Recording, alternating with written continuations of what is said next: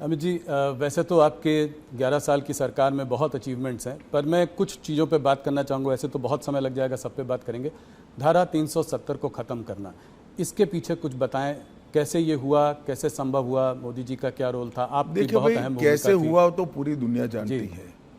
क्यों किया का जवाब ये है कि हमारी पार्टी तो जब से धारा 370 बनी तब से विरोध कर रहे हैं। जी।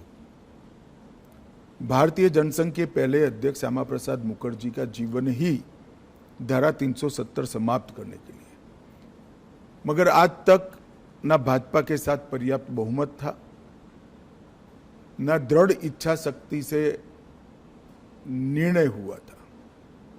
मोदी जी जब दूसरी बार 2/3 बहुमत के साथ प्रधानमंत्री बने,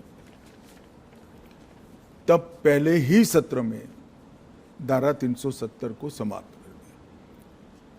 और मैं मानता हूं मोदी सरकार के 11 साल में देश को सुरक्षित करने के लिए, आतंकवाद को कंट्रोल करने के लिए और दुनिया भर में कश्मीर हमारा है ये संदेश भेजने के लिए नरेंद्र मोदी जी का ये कदम बहुत महत्वपूर्ण है और कई सदियों तक देश की जनता इसको याद करेगी।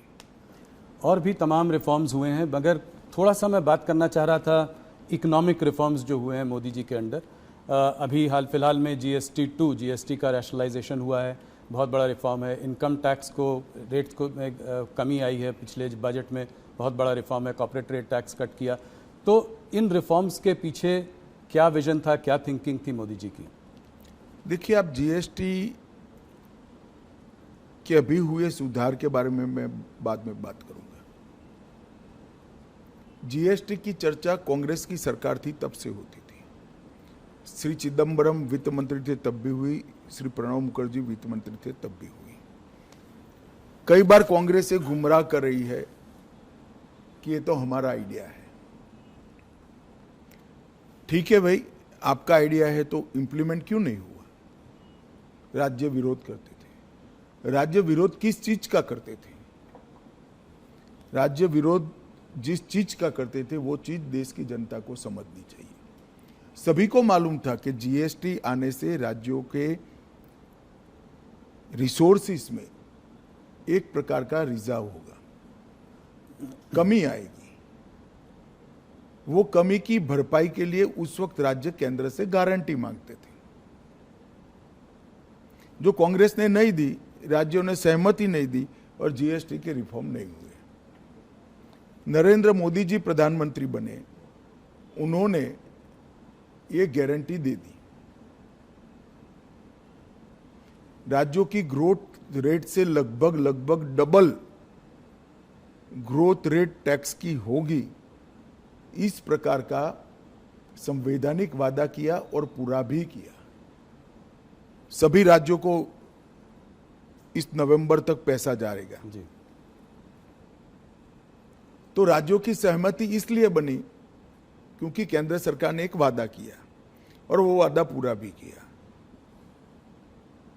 और जीएसटी के कारण 16 प्रकार के बिक्री से जुड़े सभी करों का, ऑक्ट्रॉय से लेकर बाकी सारी चीजों का, एक्साइज, सेल्स टैक्स, कई छोटे मोटे मनोरंजन कर था, ये सभी का एकीकृत खाका बना। पूरे देश भर की एक इलेक्ट्रॉनिक बिक्री कर प्रणाली बनी, ई-वे बिल बने और जीएसटी के इतने सालों की यात्रा में 200 से ज्यादा छोटे मोटे बदलाव कर कर उसको लोकाभिमुख भी बनाया और टीथिंग प्रॉब्लम समाप्त भी की। ये करते करते करते देश की इनकम भी बढ़ी, 80,000 करोड़ से लेकर 2 लाख करोड़ तक। अब राज्यों का भरोसा बढ़ा, जनता का भरोसा बढ़ा, व्यापारियों का भरोसा बढ़ा। तब चूंकि इनकम बढ़ चुकी है, टैक्स के अंदर 395 से ज्यादा चीजों पर टैक्स कम किया गया। ढेर सारी चीज जो रोजमर्रा के उपयोग की है, इसमें 0% किया या 5% किया।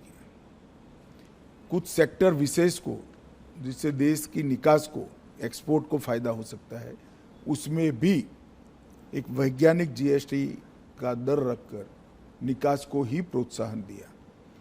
जो रोजगारी से जुड़े हुए क्षेत्र थे, किसानों से जुड़े हुए क्षेत्र थे, लोगों के स्वास्थ्य से जुड़े हुए क्षेत्र थे, वो सभी को टैक्स में कटौती कर दी और इससे खाने पीने की चीजें, रोजमर्रा के जीवन उपयोग की दवाइयाँ, किसानों के उपयोग की चीजें, महिलाओं के उपयोग की चीजें, हेल्थ सेक्टर से जुड़े हुए इंश्योरेंस,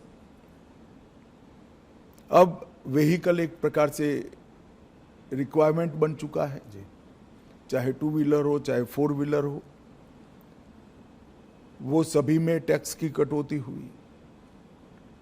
ढेर सारी चीजों में इस जीएसटी रिफॉर्म से फायदा होने वाला है। मैं मानता हूं ये बहुत बड़ा कदम है और इससे जनता का भरोसा बढ़ा है कि अगर हम टैक्स भरकर सरकार की नेट को बड़ा करते हैं तो सरकार टैक्स की कटौती कर फायदा जनता को ही पहुंचाएगी। और ये भरोसा आज़ादी से अब तक अदृश्य था, पहली बार वो दिखाई पड़ता है कि कोई भी सरकार अपने बढ़े हुए टैक्स को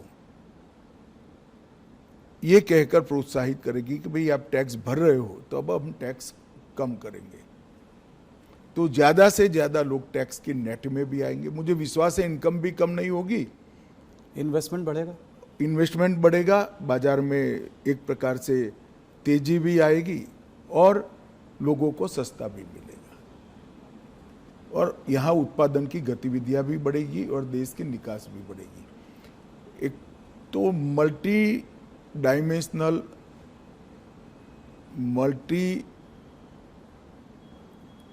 मतलब हर सेक्टर को बेनिफिट देने वाला ये सुधार जो किया है, ये अब तक का बहुत बड़ा सुधार माना जाएगा।